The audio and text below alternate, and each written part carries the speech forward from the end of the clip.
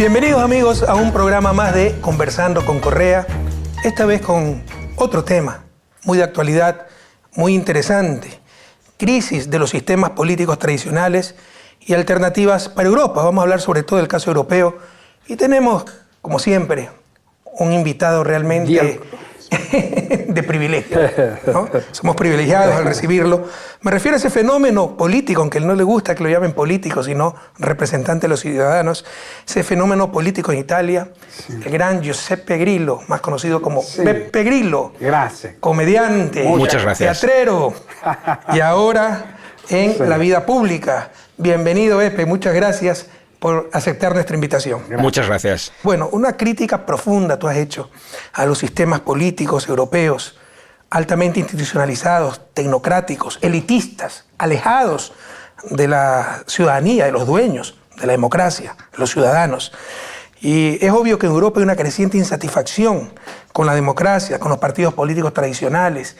No logran resolver las aspiraciones, atender las aspiraciones, resolver las inquietudes ciudadanas, la crisis económica que empezó en el 2008, el problema de la migración, el problema del terrorismo extremista. Y surge el movimiento Cinque Stelle, el movimiento 5 estrellas, ese es mi italiano fluido.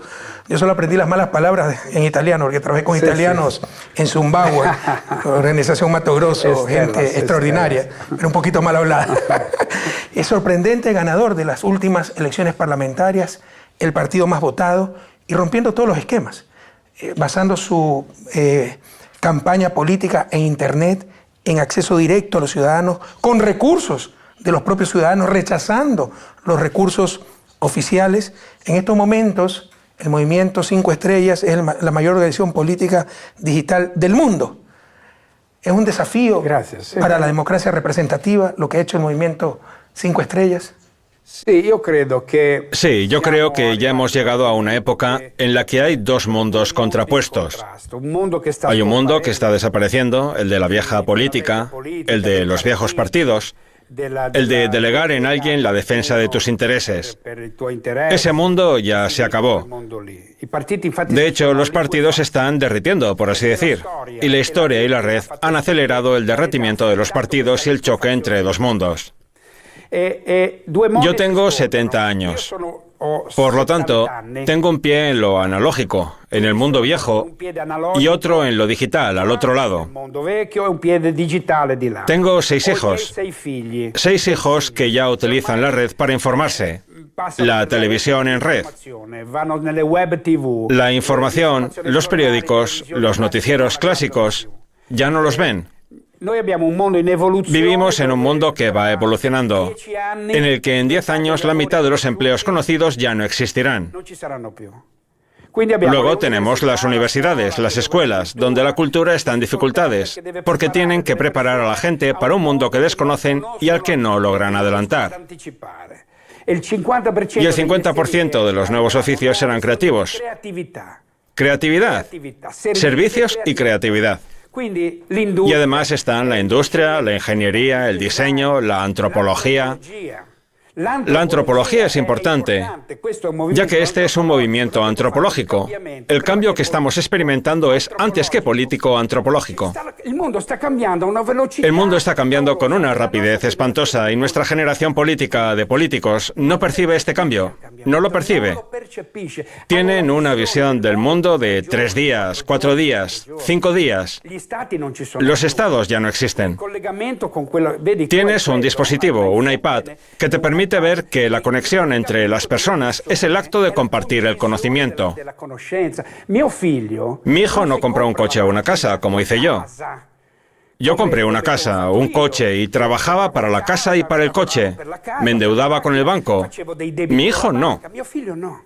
Usa el car sharing, el carpooling. Con 40 euros va a tu país con un vuelo charter. Va a las Galápagos e intercambia cultura. Los jóvenes intercambian cultura, intercambian conocimiento, conocimiento, conocimiento. Es su patrimonio y no se lo van a arrebatar nunca jamás. En cierto modo, tu país dio vida a Darwin en las Galápagos. Permitió el descubrimiento de la selección natural. Y Darwin era alguien que trabajaba 3 horas al día. 3 horas al día trabajaba Darwin. Y pese a ello cambió el mundo.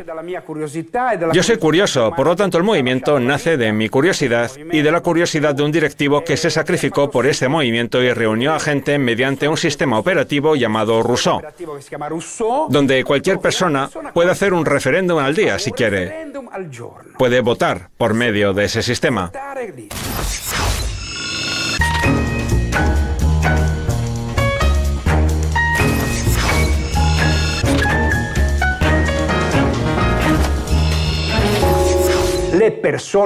Lo que debe ponerse en el centro son las personas, no el mercado de trabajo. Hay 8 millones de pobres que hacen 3 trabajos, y pese a tener 3 trabajos ya no pueden mantenerse. O sea, los jóvenes, mis hijos, todos tienen una licenciatura. Uno es cocinero con una licenciatura en filosofía y pedagogía. Otro es ingeniero y trabaja en un complejo turístico. Se adaptan a cualquier cosa. Y se corre el peligro de criar a generaciones de frustrados porque no se dedican a lo que estudiaron. Pero yo, en cambio, lucho para poner al ser humano en el centro, dotar al individuo con una renta. Te doy una renta y después expresas tu creatividad. ¿Cuántos Leonardo da Vinci hay en Italia? ¿Cuántos Shakespeare? A lo mejor Shakespeare trabaja de directivo de recursos humanos en una empresa multinacional. O Rembrandt diseña coches, puede ser. Si tuvieran una renta, si el Estado lo reconociera, tendríamos una explosión de creatividad en nuestro país. El italiano es creativo. No puedes competir con los chinos sobre economía de escala, por ejemplo. Ahora bien, en cuanto a creatividad, belleza e ingenio, sí puedes. De manera que ese tiene que ser nuestro objetivo. Estamos de acuerdo. La única economía, y perdóname, ya empecé con mi deformación de economista, la única economía que se basa sobre recursos ilimitados es la economía de las ideas, la economía del conocimiento. Estamos totalmente de acuerdo en aquello. Dijiste que tenía 70 años, pero tienes la vitalidad de un joven de 20 años. Y gracias por hacerle propaganda a mi país, un país maravilloso, con sus Islas Galápagos, únicas en el mundo, donde Charles Darwin, que recién me entero que trabajaba 3 horas diarias, desarrolló la teoría de la evolución de las especies, que revolucionó la ciencia. Lo que Charles Darwin nos dijo es que, entre otras cosas, las especies que sobreviven no son las más fuertes, sino las que mejor se adaptan al cambio. Y pareciera ser que la tecnología rebasó la capacidad de cambio de los sistemas políticos. De hecho, nos mantenemos esencialmente un sistema político que tiene cerca de 3 siglos de antigüedad. Pero estamos en el siglo XXI, donde en línea se puede conocer la decisión de sus ciudadanos al instante, que es lo que tú has dicho. Es decir, una democracia directa, utilizando los mecanismos tecnológicos. Estamos de acuerdo. Yo creo que la tecnología superó hace mucho tiempo. Es un sistema político que demora mucho en adaptarse a esos avances y los ciudadanos quieren mayor participación y existen los medios para esa participación. Creo que eso lo ha aprovechado muy bien el movimiento 5 Estrellas. Sí. Yo procedo de ese mundo. La tecnología tiene también otra cara. Tiene una cara B. Hay que tener mucho cuidado, porque el mundo está ahí, aunque ese mundo funcione de una manera con la que yo no estoy muy de acuerdo. O sea, tú y yo estamos hablando. Pero mientras hablamos, existe en el mundo una tercera persona que usa las cosas que nos estamos diciendo. Me refiero a Facebook, a Apple, a esas grandes multinacionales que se apropian de la información relativa a tu vida. Estás monitoreado. El Internet de las cosas brinda una tecnología con la que todas tus acciones son monitoreadas. Y gracias al Big Data hasta pueden predecir lo que quieres hacer. Pueden predecirlo. Por eso la política es fundamental. Porque la política tiene que decir qué tipo de mundo queremos dentro de 20 años. ¿Cuál es el peligro? El peligro es que perdamos el control de nuestra tecnología. Ese es el gran peligro. De manera que estoy reflexionando sobre los pasos que hay que dar para aceptar unas tecnologías y rechazar otras. Esa es la política.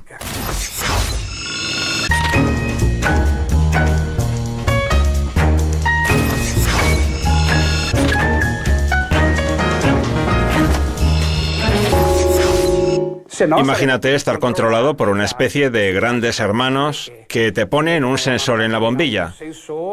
Entras en casa y la casa te reconoce y te dice: estás un poco triste hoy, te voy a poner música y a encender la luz. Escuchas la voz de tu casa que te dice: ¿quieres que te pida una pizza? Ya estás ahí, gestionado por esas cosas que envían informaciones a una base de datos. Y mientras tú te comes tu pizza, han averiguado qué música escuchas, cómo te mueves, qué comes. El váter donde defecas está conectado con la nevera está conectada con el supermercado. Te analizan las heces y te dicen: tienes el colesterol alto. Entonces el váter se lo comunica a la nevera, que te dice: deja de comprar queso en el supermercado porque tiene colesterol. Estamos gestionados así. Puede ser lo mejor del mundo o lo más catastrófico del mundo. La tecnología es un instrumento, se la puede usar bien o mal. Tú hablaste del compromiso y la genialidad de nuestros jóvenes, no acaban de sorprendernos. En la innovación, el ejemplo de tu hijo. En el caso de mis hijas, por ejemplo, su responsabilidad con el planeta, con las futuras generaciones. Mi hija mayor es vegana, mi segunda hija es vegetariana. No es que no le guste la carne, le encanta. Es por conservar el planeta, porque dicen que el ganado vacuno consume mucha energía. Además, por cuestión ética, cómo maltratan a los animales. Entonces, por responsabilidad, por moral, por ética. Pero también hablaste de la baja participación de los ciudadanos en los procesos electorales. Y puede haber desilusión con el sistema político, pero no nos engañemos. También es comodidad. También es desinterés. Por eso te decía, para que funcione esa democracia más directa, debe haber ciudadanos empoderados, informados y formados. ¿A qué me refiero con formados? Principios, valores, que no piensen solamente en el bien individual, sino en el bien común. Y no es fácil pasar de esa lógica individual a la lógica del bien común. Por ejemplo, el fumador que apoye la ley para prohibir fumar en lugares públicos. Se está predicando el mismo, pero está buscando el bien común. ¿Cuántos de los ciudadanos son capaces de pasar de esa lógica individual a esa lógica del bien común? Entonces, así como tiene grandes potencialidades la democracia directa, sin esos ciudadanos empoderados, perdóname que insista, informados y formados, también tiene grandes riesgos. Por eso, antes de fundar el movimiento, me dediqué a la contrainformación en la red, sin pasar por los periódicos. Estaba bajo el radar de periódicos y televisiones, porque, como en tu país, como ya lo has subrayado muchas veces, son los responsables de casi todos los desastres que han ocurrido. La desinformación es terrorismo, verdadero terrorismo. De manera que antes me dedicaba a informar a la gente a través de la red. Hacía que la gente se fijara en la energía. Decía: se pueden crear casas que producen energía. Son estas, mirad. Y añadía un enlace a estas casas. Informé a la gente antes de crear el movimiento, porque es lo justo. Es la capacidad de entender y querer. La gente tiene que informarse y debe tener la capacidad de decidir. No a través de la televisión, sino en la red. Y para mí era la única manera de poder hacerlo. Porque yo nací en la televisión. Soy un cómico televisivo y me echaron porque dije que el gobierno robaba. Me dejaron fuera inmediatamente. Entonces me convertí en un héroe. Por eso tuve éxito en la red. Porque gozaba de una reputación. Y gané. No pasé por los medios dominantes. Y al final logré compartir mi sueño con 11, 12 o 13 millones de personas que comparten mis ideas.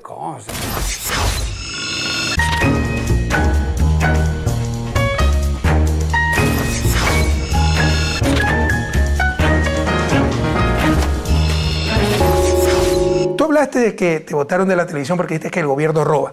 Solo el gobierno roba. Algunas veces sí me parece que es como eludir nuestras responsabilidades, ¿no? Tú has dicho, así es, ser revolucionario es ser honesto en un sistema corrupto. Pero para que exista un sistema corrupto no debe haber, tal vez, aceptación, permisividad social. A nosotros nos pasaba. Nos echaban toda responsabilidad de la lucha contra la corrupción, cuando era presidente. La lucha contra la corrupción es la lucha de todo un pueblo. De repente ellos sabían que había un burócrata robando.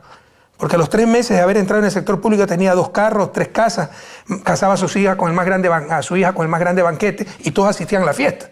Es decir, como sociedad no rechazamos esas prácticas inmorales. Un presidente, un gobierno no lo va a poder hacer. Entonces sí, probablemente hay sistemas corruptos, pero para que existen esos sistemas corruptos tal vez hay al menos indiferencia social. Sí. Y debe haber un compromiso de toda la sociedad. Lo que te quiero decir es que eso no se va a remediar con leyes, sino con sanción social. Tienes razón. Mira, cuando nos presentamos a las elecciones con listas cívicas y entramos en la política como un relámpago, obteniendo un 25% de los votos, teníamos derecho a 42 millones de euros para gastos electorales. Imagínate, 42 millones que todos los partidos recibían. Todos. Sin embargo, nosotros dijimos no. Quisimos demostrar que se puede hacer política sin dinero, así que no los aceptamos. Entramos en las instituciones. Dijimos, a ver, ¿cuánto gana un parlamentario? Bien, la mitad de ese dinero lo devolveremos. Devolvimos cerca de 40 millones de euros, que más los 40 que no habíamos aceptado al principio, son 80 millones, con los cuales financiamos 6.000 pequeñas empresas a las que concedimos créditos con facilidades, microcréditos con el dinero de los parlamentarios. De manera que no tomamos dinero de la política.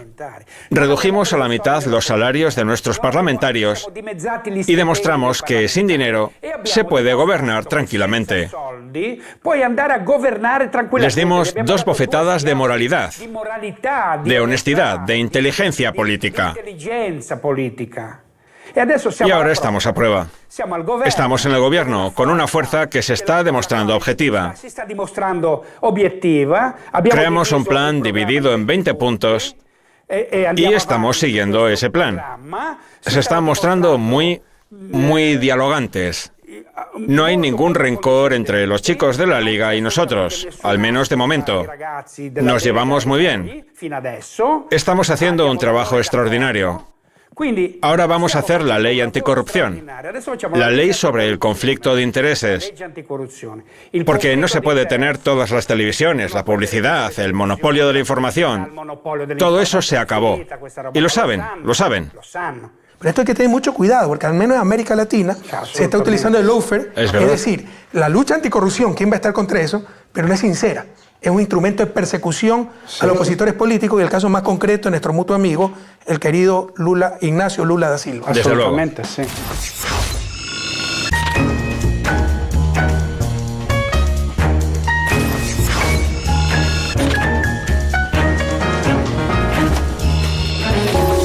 Para terminar, mi querido Pepe, ha sido una conversación muy amena. Bueno, dicen que Pepe Grillo es populista. Bienvenido al club. Bienvenido al club. Pues gracias, muchas gracias. ¿Cómo defines populismo? ¿Te consideras populista? Mira, todas las veces que tengo un encuentro, en los primeros 5 minutos, tengo que demostrarle a mi interlocutor que no voy a subirme a la mesa, que no grito palabrotas, que no soy un salvaje. Tengo que demostrarle que tengo una pizca de inteligencia y todos se quedan sorprendidos. Toda la prensa extranjera me describió como un populista de derechas, con métodos raros, un poco como a Trump. Todas esas cosas que se dicen contra alguien acaban teniendo el efecto contrario. Es una información que está muriendo, afortunadamente.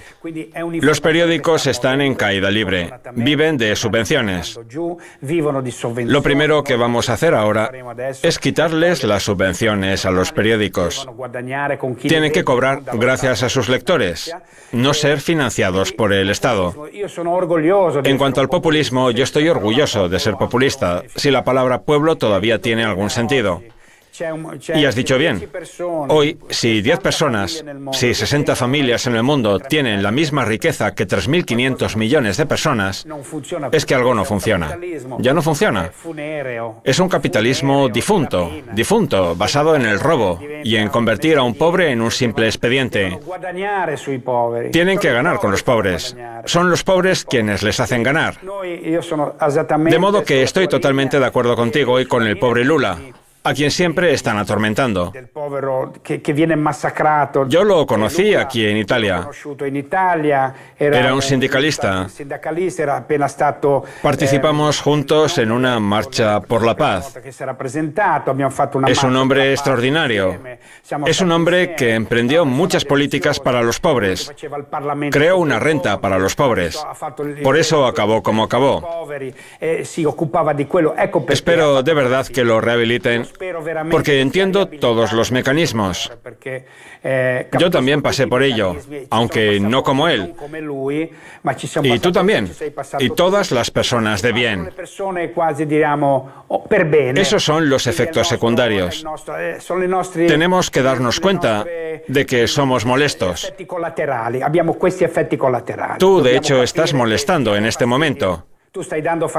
Y yo también molesto. O sea, Beppe, es claro que a los líderes progresistas latinoamericanos no nos persiguen por nuestros errores, sino por nuestros aciertos. Así es. Haber hecho pagar impuestos a las élites que siempre los eludieron, dar supremacía al ser humano, al capital, hacer respetar la soberanía y dignidad de nuestros países. Exactamente. Pero bueno, los que queremos hacer justicia, los que estamos contra el status quo somos populistas. Sí, por supuesto. Y precisamente se puede definir populismo más que todas esas características negativas, peyorativas, demagogia. Si existen las definiciones para aquello, ¿por qué utilizar una nueva categoría? Populismo. Porque el antipopulismo, eso sí es un arma de ataque, ¿no? Todo el que pone en peligro el sistema, populista. Muy bien, ¿ya? exacto. Entonces eso sí es un instrumento ideológico, te diría, para mantener el status quo. Antipopulismo. Todo lo que ponga en peligro al sistema es populismo. Pero podríamos definir populismo como la falta de mediación entre el líder y las masas. Exactamente. Suena feo. Suena más bonito si se dice entre el representante y los ciudadanos. Y eso es perfectamente legítimo. Más aún cuando se agotaron las instituciones. Las instituciones no están dando respuesta a las necesidades de los ciudadanos. Por eso también podemos definir en el estilo de Laclau, ¿no?, el populismo como un lenguaje, ¿no?, en que se une al pueblo en base a de significantes vacíos. Bueno, son conceptos bastante complicados que utiliza Laclau, pero en base a un proyecto de país cuando las instituciones han sido insuficientes. Claro, eso evidencia conflicto, pero no es que está creando el conflicto, lo está evidenciando, como existe ahora en Europa. Y es una oportunidad para discutir nuevos temas de manera más sincera. Cierto. Y esto te explica también por qué hay populismo de derecha es verdad. y por qué hay populismo de izquierda.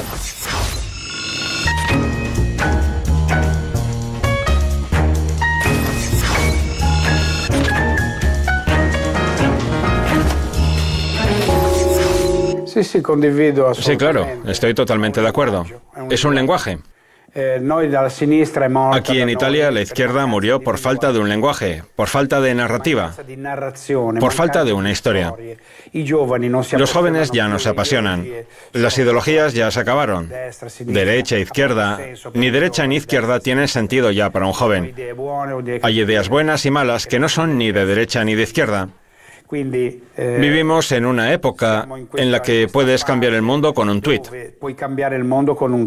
Trump puede escribir un tuit y hacer que cierren 1000 empresas en tu país.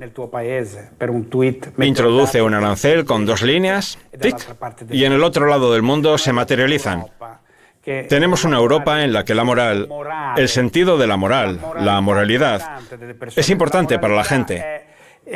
Moralidad quiere decir tener una dirección, unos puntos de anclaje en tu vida, unos puntos fijos. Eso es lo que hemos perdido. Hemos perdido nuestros puntos de referencia. Pero yo soy optimista en ese sentido. Soy optimista porque veo que hay una Europa que ha entendido que necesitamos una Europa del intercambio. Y esa Europa entiende que algunos parámetros que se han introducido no son buenos y hay que cambiarlos. Europa nació con objetivos de subsidiariedad. ¿Dónde está ahora la subsidiariedad? O sea, los entes organizados por los ciudadanos, si están bien organizados, hay que empujarlos a que emerjan. ¿Dónde queda esa perspectiva ahora? Era un principio europeo y hoy ya no existe. Empezamos por la moneda en vez de por el sistema fiscal. Existen paraísos fiscales a los que puedes enviar el dinero con un clic y tenemos 2 Europas con 2 velocidades económicas diferentes, la del norte y la del sur. Y tenemos el sentido moral de Europa. La mantequilla y el aceite de España son un problema europeo, ya que establecen los precios y las cantidades. De la mantequilla y del aceite se puede ocupar Europa. Cataluña, en cambio, es un problema de España, no es un problema de Europa. Es fantástico. A mí me gustaría ver a una Cataluña independiente dentro de Europa, porque hicieron un referéndum y decidieron serlo. Así pues, ¿dónde está la moralidad? Tenemos un pensamiento único y lo que nosotros intentamos es entrar y hacer que la gente piense con su propia cabeza. Darle herramientas para que puedan llevar a cabo sus ideas. Cuando eso ocurra, el movimiento podría terminar. Mira, hay un ejemplo increíble, Napster. Napster fue una red social que nació y cambió la manera en la que los jóvenes escuchan música. Miles de millones de personas. Napster. Música gratuita en la red. ¿Qué pasó?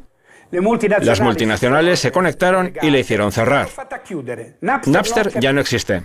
Pero nadie hoy abriría una tienda de CDs o DVDs. Ha cambiado la manera de hacer música. Ahora ya no existe Napster, pero no importa. El movimiento 5 Estrellas nació, cambió la manera de hacer política en este país, y si el día de mañana ya no estamos, no importa, porque ya habremos cambiado la política de este país. Movimiento 5 Estrellas, una alternativa para la crisis de los sistemas políticos tradicionales en Europa. Ustedes tienen la conclusión final, queridos televidentes. En todo caso, muchísimas gracias, Beppe.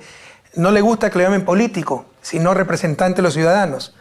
Pero todos debemos ser políticos, lo dice el Papa Francisco, en el buen sentido de la palabra. Polis, ciudad, bien común, ética, reglas que rigen la ciudad. Y todos debemos estar comprometidos con esa polis, con ese bien común. Otra cosa son esos políticos de carrera que están calculando, empiezo como secretario de una comisaría para acabar como senador, como presidente. Otra cosa son esos políticos, los amar del toma y daca. Esa política debemos rechazar todas y todos. Pero esa política del bien común, no solo ocuparse, sino preocuparse por lo demás, es el deber de todo ciudadano. Y para que la democracia funcione, todos debemos estar involucrados. Beppe, ¿querés decir algo? Sí,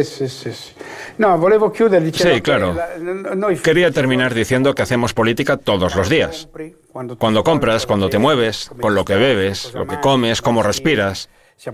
Somos nosotros los que hacemos política. Cuando entras en un supermercado y compras algo, puedes comprar una cosa u otra. Haces un verdadero acto político. Te lo agradezco mucho. Y si vuelves a Italia, tú serás el nuevo presidente del movimiento 5 Estrellas. Muchísimas gracias, no me siento honrado con esa propuesta. Adiós y muchas ustedes, gracias a todos. Amigos, hasta el próximo programa de Conversando con Correa.